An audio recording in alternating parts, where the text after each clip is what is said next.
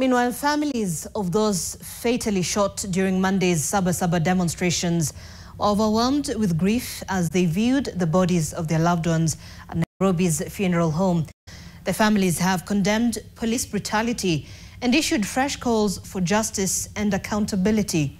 Human rights activists who joined them are now demanding for an urgent independent investigation, particularly over remarks made by Interior Cabinet Secretary Kipchumba Murkomen, which they claim incited the police to brutality.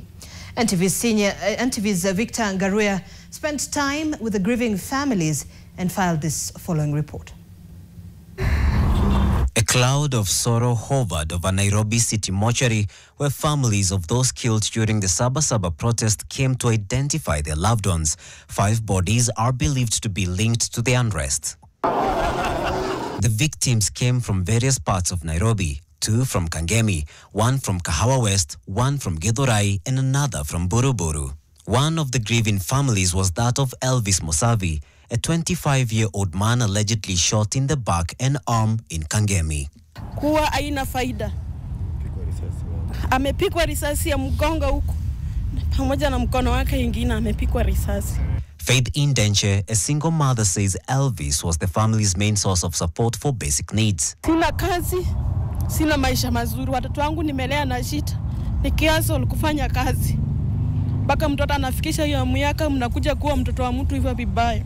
Elvis leaves behind a young family, including a 6-month-old baby. 37-year-old Paul Makori was reportedly shot from behind despite not participating in the protests. Hakuwa anashiriki maandamano, mke wake ndiye alikuwa naye kwa nyumba akasema alitoka kununua credit.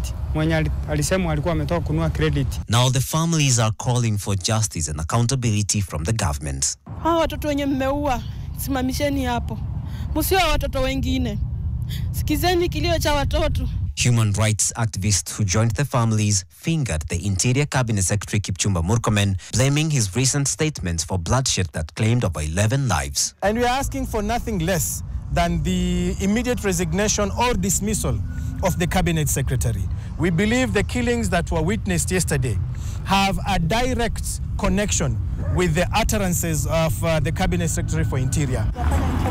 Families are now filing reports at police stations to obtain OB numbers, aided by human rights organizations in pursuing legal procedures. Meanwhile, 4 people have been confirmed dead in Muranga after being shot during Saba Saba protests. The 2 were shot in Kangari town during the day. 2 more were shot in Kangema town at night, with police alleging that they had tried to attack Kangema police station. Tension hangs in the air as fresh calls for justice and accountability grow louder. The Saba Saba events have reignited national reflections on protests, possible infiltration, and state response. Victor Ngaruya, NTV at City Mortuary, Nairobi.